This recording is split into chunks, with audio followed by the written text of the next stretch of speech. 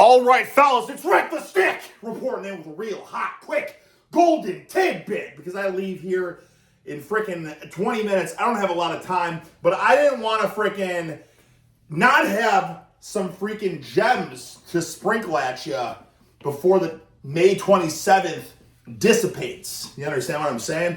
I want to talk about all things horse cockery. I want to talk about all things gusto. All things that inspire us and fire us the hell up to horse the biggest weights of our life, because that's what makes life worth living, okay? So I turned the freaking telly on and I said, Eric, what are you going to talk about, brother? What are you going to talk about? Jeff Nipper just came up with a new video, but I'm not going to talk about it. But you know what? I made a video the other day. I said freaking Jeff Nipper versus Rick the Stick, okay? And you know what? I thought it was entertainment. And I asked my wife too, I'm like, is this entertainment or is this kind of a low blow on my part to upload this? She said it's a bit of both. And I said, but I find it highly entertaining. And I don't think it's that much of a low blow because it's a freaking Biodex test. You don't even know what the weight is. When people say, but Eric, you're 100 pounds bigger, of course you should be stronger. That's not the point of the Biodex test. The freaking thing is going to move regardless of how much force you put into it, but it measures your force. But if it moves, it's not because you're horse cocking it. Okay, that's what the pie charts and the linear graphs are for. They're measuring that. But whether the freaking leg moves or not, it's going to move because the whole point of the Biodex is to test your freaking limb strength specifically after a freaking explosion. You know what I'm saying?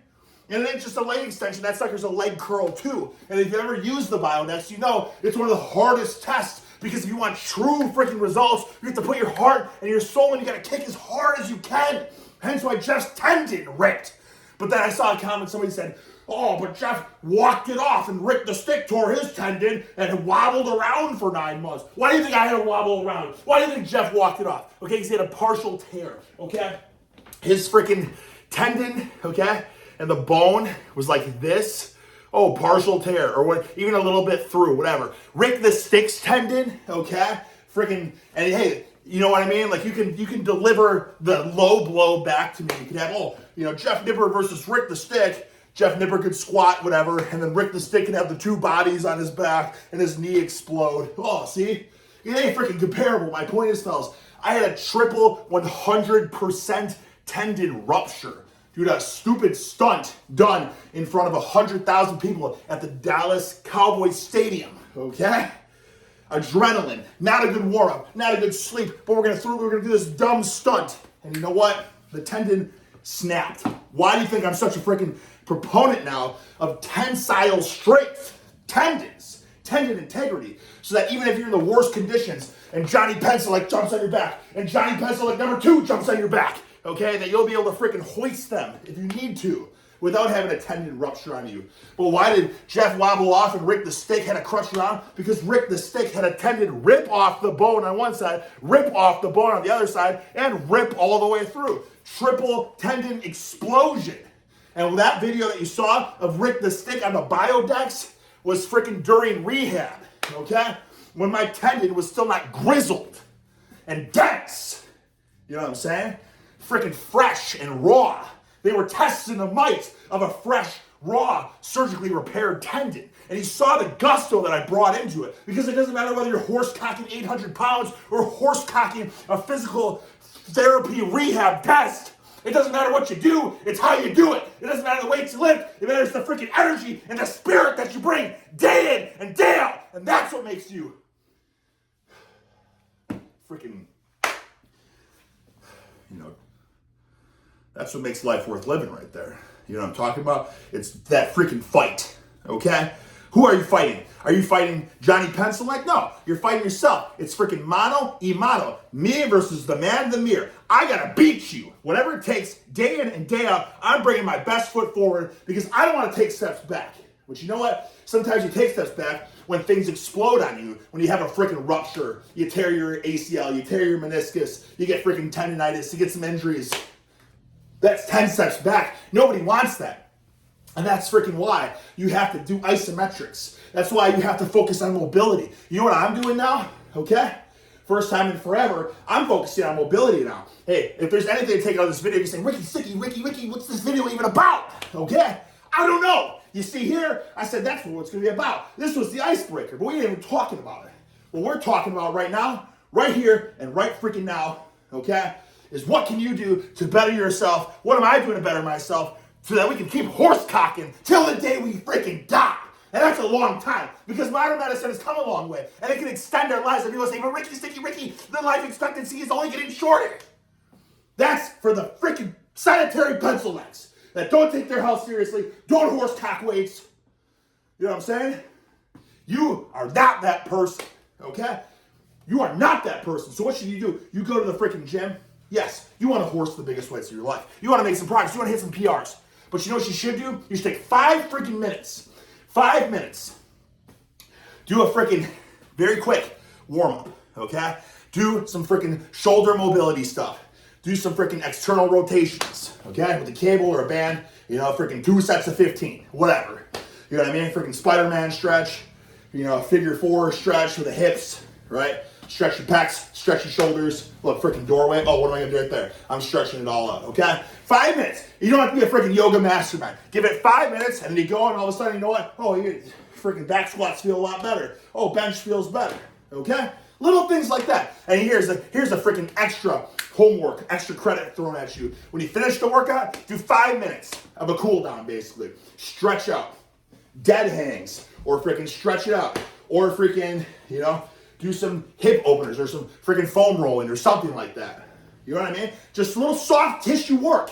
It ain't gonna hurt you, it's only gonna help you. And if you don't know what the future beholds, then you're freaking human, because nobody does. And nobody knows when the time will come, when freaking old man Reaper will come and take one of your tendons, or take freaking the tensile tissues, the tendonitis, throwing the tendonitis at you. So you're saying, holy buckets, my bench press is at an all-time strongest peak free torse cockery. I can't wait to hit this new PR. Like, holy buckets, something just popped in my shoulder. Ooh, it hurts the bench.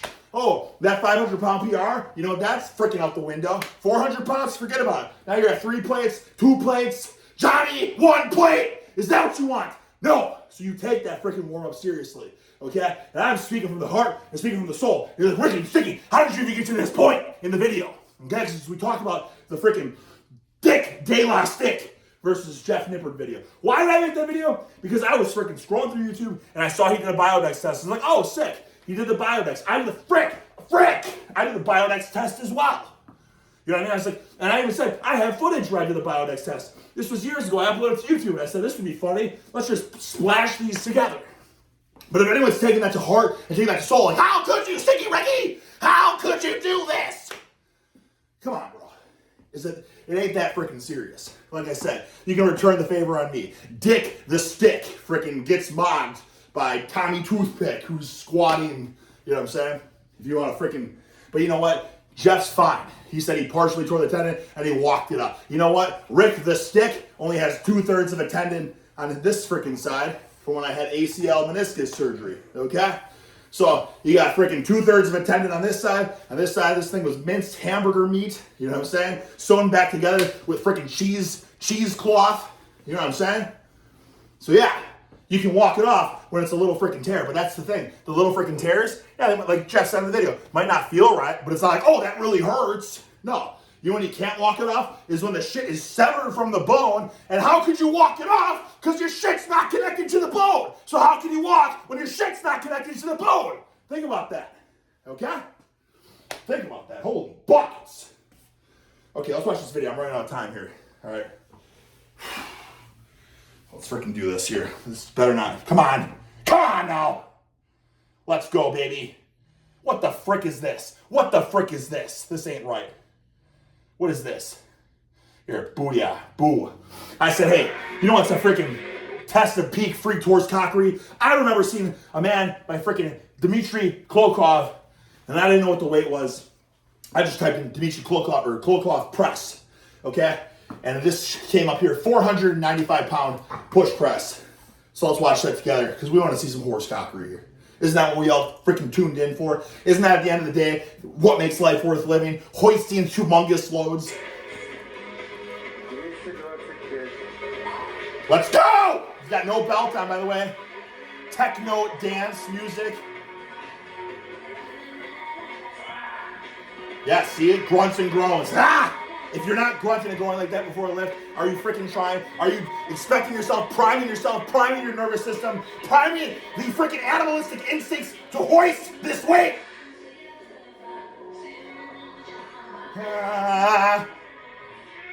Oh my God! How easy was that?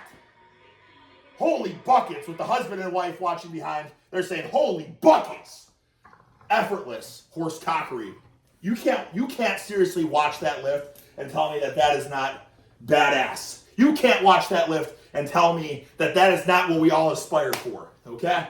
Even the freaking hypertrophy bros, wherever it may be, the freaking horse cockers, at the end of the day, we all want the same thing. And that is what we want. Hoisting humongous loads above our heads with tremendous ease so that the common husband and wife behind us are jaw-dropped. Holy buckets. How is this man human? That's what I'm asking myself. How is that even possible? How much does he freaking weigh? 210 pounds or so? And he hoists it over double body weight with freaking ease? You say, but it's a push press, it's not a stretch press. Even more impressive. Even more impressive. Holy buckets. Okay? You want a freaking freak test of horse cockery that's going to enhance freaking athleticism, enhance everything in your life, functionality, freaking explosivity, then we're talking about a push press, okay? Because you can have a lot of freaking humongous heifers and they could strict press a lot of weight, but you put that freaking knee drive, that knee dip, that explosion, something that's been proven to enhance your freaking vertical power as well, so you can slam dunk a basketball, okay? With 495 pounds on your back, you slam dunk that shit. That's what I'm talking about. That is something, listen, you're tuning in and you're saying, man, what is the point of these videos at the end of the day? I'm just throwing stuff at you guys to freaking focus on, to concentrate on. Things, gems to suck on, okay? Let them freaking marinate in your mind. Say, holy buckets, I never thought about that before. That's a good idea. Holy buckets, freaking dynamic warm-up. Holy buckets, maybe doing a couple minutes of mobility. Maybe I should be doing that. Holy buckets, humongous 495-pound push press. That's just disgusting display of horse cockery. Yes, I probably should be doing that too. Because here's the thing. Everybody wants to freaking bench press. It's like, oh, it's bench day. Oh, chest day is the best day. Chest day is the best day, my ass. The best day is the day you hoist, heft, and heave the biggest load any of these commenters at the gym have ever seen in their lives. Jaw drop. Wondering, how is this guy such a freak? That's what I'm trying to say. That's the freaking message I'm throwing at you today. I'm going to freaking tune out here because I got an appointment to get to, and I don't want to be late. Because you know what? Too often in my life, and I think this started from my freaking childhood, my parents always wanted to get me somewhere on time. Listen, we got an appointment at 5:30, so let's plan on getting there at 5:30. But if you're on time, you're freaking late, okay? That's a lesson. You want to be an elite athlete in life? You want to be a freaking creme de la crop freak specimen? On time is late. Early is freaking on time, okay? And I have to freaking remind myself that all the time. 5 minutes early, that's on time, okay? 10 to 15 minutes, that's a bit early. But you gotta be 5 minutes early, that's on time. If you're planning on getting somewhere on time, you might as well be freaking late, okay? Because you're showing up, and it shows, and especially for practice and horse cocking weights with the bros even, it shows a lack of freaking desire, okay? Yeah, I'm here, this is the time we planned on. No, you show up early, you get 5 minutes dynamic warm-up in, you get a CNS potentiating primer in. So that when the bros show up and you say, they say, wait, hey, what do you want to start with? And you're like, okay, yeah, we'll start with one plate, that's a smart. And you horse that shit through the ceiling. Like, oh my God, brother, how did you have so much explosivity and gusto? You know what I'm saying? Like, why not start off with a bang? First set starts the freaking pace of the workout, okay? And I'm not saying first, like, hey, stretch, get warmed up, freaking Spider-Man stretch, pigeon pose, you know, get the freaking foam roll, get the shoulders loose as a goose. Because when you grab that bar for the first time and you lift that shit, that sets the pace. Like, holy buckets, this feels good. Or, holy buckets, this feels like shit. That first thing you say, that first holy buckets, this feels good. That first holy buckets, this feels like shit. That sets the bar for the rest of the workout. Is the workout going to feel good or is it going to feel like shit? And only you can freaking come to that conclusion. And how do you come to that conclusion? By your freaking attitude. Getting there, warming up, setting the pace. You set the pace. Okay? Ooh. All right, I gotta go.